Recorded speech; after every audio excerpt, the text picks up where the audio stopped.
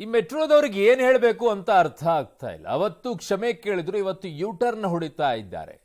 ಅದನ್ನ ನೋಡ್ತಿರೋ ನೋಡಲ್ವೋ, ಆ ವಿಡಿಯೋದಲ್ಲಿ ಏನಿದೆ ಅನ್ನೋದನ್ನ ಕೇಳಿಸ್ಕೊಳ್ವೋ, ಯಾರು ಹೇಳ್ತಾರೆ ಯಾರು ಕೇಳ್ತಾರೆ, ಸುಮ್ಮನೆ ಅವ್ರ ಪಾಡಿಗೆ ಅವ್ರು ಮಾಡ್ಕೊಂಡು ಹೋಗ್ತಾರೆ. ಕ್ಷಮೆ ಯಾಚಿಸಿ ಈಗ ಉಲ್ಟಾ ಹೊಡೆದಿದೆ ಮೆಟ್ರೋ. ಕೊಳಕು ಬಟ್ಟೆ ಅಂತ ರೈತನಿಗೆ ಅವಮಾನ ಮಾಡಿಲ್ಲ, ಪ್ರಯಾಣಿಕನಿಗೆ ಟಿಕೆಟ್ ತೆಗೆದುಕೊಳ್ಳುವಂತೆ ಸೆಕ್ಯೂರಿಟಿ ಹೇಳಿದ್ರು, ಸಹ ಪ್ರಯಾಣಿಕನೇ ಅಜ್ಜನನ್ನ ಬಿಟ್ಟಿಲ್ಲ ಅಂತ ಗಲಾಟೆ ಮಾಡಿದ್ದಾರೆ. ರೈತನಿಗೆ ಅವಮಾನಿಸಿಲ್ಲ ಅಂತ ಮೆಟ್ರೋ ಅಧಿಕಾರಿಗಳು ಸ್ಪಷ್ಟನೆ ಕೊಟ್ಟಿದ್ದಾರೆ. No, you are wrong. ಅಲ್ಲಿ ಸಹ ಪ್ರಯಾಣಿಕ ಹೇಳ್ತಾನೆ ಅವರು ಟಿಕೆಟು ಕೂಡ ತಗೊಂಡಿದ್ದಾರೆ ಅಂತ ಹೇಳಿ.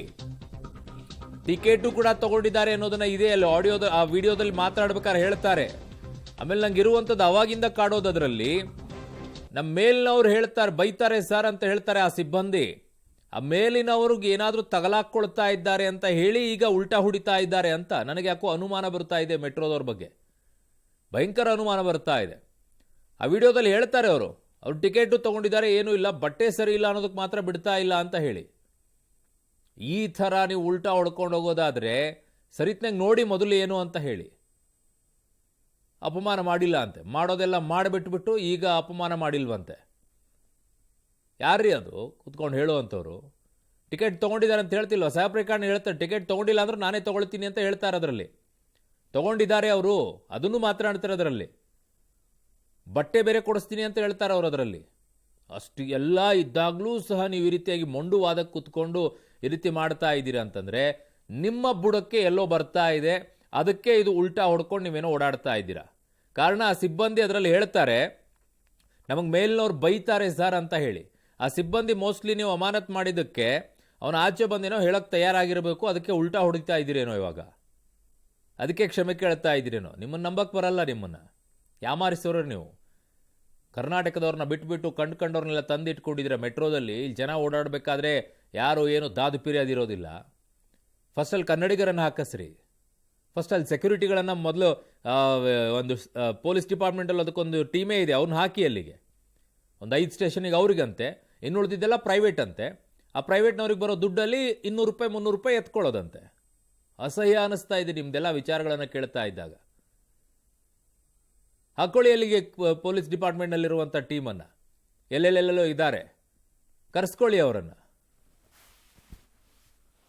ಸೊ ಹಾಗಿದ್ದಾಗ ಈ ವಿಚಾರದಲ್ಲಿ ಹಲವು ಪ್ರಶ್ನೆಗಳಿವೆ. ಆ ಪ್ರಶ್ನೆಗಳು ಏನು ಅನ್ನೋದನ್ನ ಉಲ್ಟಾ ಹೊಡೆದಿದ್ದಕ್ಕೆ ಕೆಲವು ಪ್ರಶ್ನೆಗಳಿದೆ. ಮೆಟ್ರೋದಲ್ಲಿ ಟಿಕೆಟ್ ಪಡೆದವರನ್ನು ಪರಿಶೀಲಿಸಲು ಸಿಬ್ಬಂದಿ ಇದ್ದಾರಾ?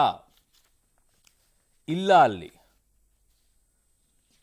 ಮೆಟ್ರೋದಲ್ಲಿ ಪರಿಶೀಲಿಸಲು ಸಿಬ್ಬಂದಿ ಇದ್ರೆ ಎಂದಿನಿಂದ ನಿಯೋಜನೆಗೊಂಡಿದ್ದಾರೆ? ಇದಕ್ಕೆ ಉತ್ತರ ಕೊಡಬೇಕು. ನೀವು ಟಿಕೆಟನ್ನು ಪರಿಶೀಲನೆ ಮಾಡೋಕ್ಕೆ ಅಲ್ಲಿ ಇದ್ದಿದ್ರೆ ನಿಯೋಜನೆ ಯಾವಾಗಿಂದ ಮಾಡಿದ್ರಿ? ಟಿಕೆಟ್ ಪಡೆಯದೇ ಬಂದಿದ್ರೆ ಟಿಕೆಟ್ ನೀಡಿ ಕಳುಹಿಸೋ ಕೆಲಸ ಮಾಡಿಲ್ಲ ಯಾಕೆ? ಅವ್ರ ಜೊತೆಗೆ ವಾಗ್ವಾದ ಯಾಕಿತ್ತು? ಸಿಬ್ಬಂದಿ ಬಟ್ಟೆ ಗಲೀಜಾಗಿದೆ ಅನ್ನೋ ಪದ ಬಳಕೆ ಮಾಡಿದ್ದು ಯಾಕೆ? ಇದಕ್ಕೆ ಹೇಳಿರೋದು ಉಡಾಫೆ. ನೀವು ಯಾರೋ ತಗಲಾಕೊಳ್ತಿದ್ದೀರಾ ಅದರಲ್ಲಿ, ಹಾಗಾಗಿ ಕ್ಷಮೆ ಕೇಳುವಂಥದ್ದನ್ನು ನೀವು ವಾಪಸ್ ತಗೊಳ್ತಾ ಇದ್ದೀರಾ, ಉಲ್ಟಾ ಹೊಡಿತಾ ಇದ್ದೀರಿ. ಈಗ ಟಿಕೆಟ್ ವಿಚಾರವಾಗಿ ಆ ಸಿಬ್ಬಂದಿ ಇನ್ನೂ ಪ್ರತಿಕ್ರಿಯಿಸಿಲ್ಲ. ಯಾಕೆ ಪ್ರತಿಕ್ರಿಯೆಯನ್ನು ಕೊಟ್ಟಿಲ್ಲ? ಹಾಗಿದ್ದಾಗ ಬಟ್ಟೆ ಗಲೀಜಾದರೆ ಒಳಗೆ ಬಿಡೋದಿಲ್ಲ ಅಂತ ಪ್ರಯಾಣಿಕ ಕೇಳಿದ್ದಾದ್ರೆ ಯಾಕೆ? ಯಾವಾಗಾದರೂ ವಿರೋಧ ಮಾಡಬೇಕಿತ್ತಲ್ವ ಅವರು? ಬಟ್ಟೆ ವಿಚಾರದಲ್ರಿ, ಟಿಕೆಟ್ ವಿಚಾರದಲ್ಲಿ ಅಂತ ಹೇಳಬೇಕಾಗಿತ್ತಲ್ಲ ಸಿಬ್ಬಂದಿ. ಅಲ್ಲಿ ಸೈಲೆಂಟ್ ಆಗಿದ್ಕೊಂಡು ನಮ್ಮ ಮೇಲಿನವ್ರು ಬೈತಾರೆ ಅಂತ ಹೇಳಿಕೊಂಡು ಈಗ ನಿಮ್ಮ ತಪ್ಪೇ ಇಲ್ಲ ಅನ್ನೋದಾಗಿದ್ದಿದ್ರೆ ವಜಾ ಯಾಕೆ ಮಾಡಿದಿರಿ ಆಗಿದ್ದಾಗ ಸಿಬ್ಬಂದಿಯನ್ನ?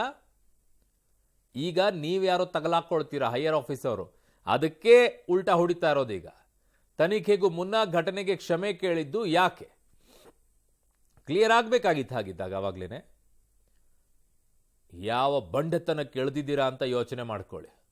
ಈ ಎಲ್ಲ ಡಿಪಾರ್ಟ್ಮೆಂಟ್ಗಳನ್ನು ಸರಿ ಮಾಡೋಕ್ಕಂತೂ ಆಗೋದೇ ಇಲ್ಲ. ಮೆಟ್ರೋ ಅಂತೂ ಅಯ್ಯಯ್ಯಯ್ಯಯ್ಯೋ ಸಾಧ್ಯನೇ ಇಲ್ಲ ಅಲ್ಲಿ. ಇಲ್ಲಂತೂ ಇಲ್ಲಿ ಯಾವನು ಹೇಳೋನು ಇಲ್ಲ, ಯಾವನು ಕೇಳೋನು ಇಲ್ಲ, ದಾದು ಪಿರಿಯೋದೇ ಇಲ್ಲ. ಅಲ್ಲಿ ಇಷ್ಟ ಬಂದಂಗೆ ವರ್ತಿಸ್ತಾರೆ ಅವರಂತೂ.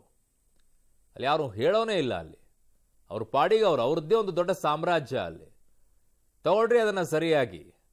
ಅಲ್ಲಿ ಇನ್ನೂ ಸೆಕ್ಯೂರಿಟಿ ಚೆಕ್ ಕೂಡ ಸರಿಯಾಗಿಲ್ಲ ಮೆಟ್ರೋದಲ್ಲಿ. ಆ್ಯಕ್ಚುಲಿ ಅವ್ರು ಪ್ರೈವೇಟ್ನವ್ರಿಗೆ ಕೊಟ್ಟಿದ್ದೀರಾ, ಅವ್ರಿಲ್ಲೂ ಸೆಕ್ಯೂರಿಟಿನೂ ಕರೆಕ್ಟಾಗಿಲ್ಲ. ಅಲ್ಲಿ ಏನಾದರೆ ಯಾವುದನ್ನು ಸಿಚುವೇಶನನ್ನು ಹ್ಯಾಂಡಲ್ ಮಾಡಬೇಕು ಅನ್ನೋದು ಗೊತ್ತಿಲ್ಲ. ಆ ಪ್ರಮಾಣದಲ್ಲಿದೆ ಅಲ್ಲಿ. ಅದಕ್ಕಂತಲೇ ನಿಯೋಜನೆಗೊಂಡಿದ್ದಾರೆ ಪೊಲೀಸ್ ಡಿಪಾರ್ಟ್ಮೆಂಟಲ್ಲಿ. KSISF ಅಂತ ಹೇಳಿ, Karnataka state industrial security force ಅಂತ ಹೇಳಿ ನಿಯೋಜನೆ ಮಾಡ್ರಿ ಅವರನ್ನು. 5 ಮೆಟ್ರೋಗೆ ಹಾಕ್ತಾರಂತ, 5 ಸ್ಟೇಷನ್ಗೆ. ಇನ್ನು ಉಳಿದವ್ರನ್ನೆಲ್ಲ ಪ್ರೈವೇಟ್ನವ್ರನ್ನ ಹಾಕ್ತಾರಂತಲ್ಲಿ. ಆಮೇಲೆ ಇಂಥವೆಲ್ಲ ನಡೆದಾಗ ಅವ್ರು ಯಾರೋ ಬೇರೆ ರಾಜ್ಯದಲ್ಲಿರುವಂಥವ್ರು ಅಲ್ಲೆಲ್ಲ ಸಿಬ್ಬಂದಿಗಳಿದ್ದಾರೆ. ಅವ್ರಿಗೆ ಕನ್ನಡನೂ ಬರಲ್ಲ, ಏನೂ ಇಲ್ಲ. ನಮ್ಮ ಜನ ಒದ್ದಾಡಬೇಕಲ್ಲಿ.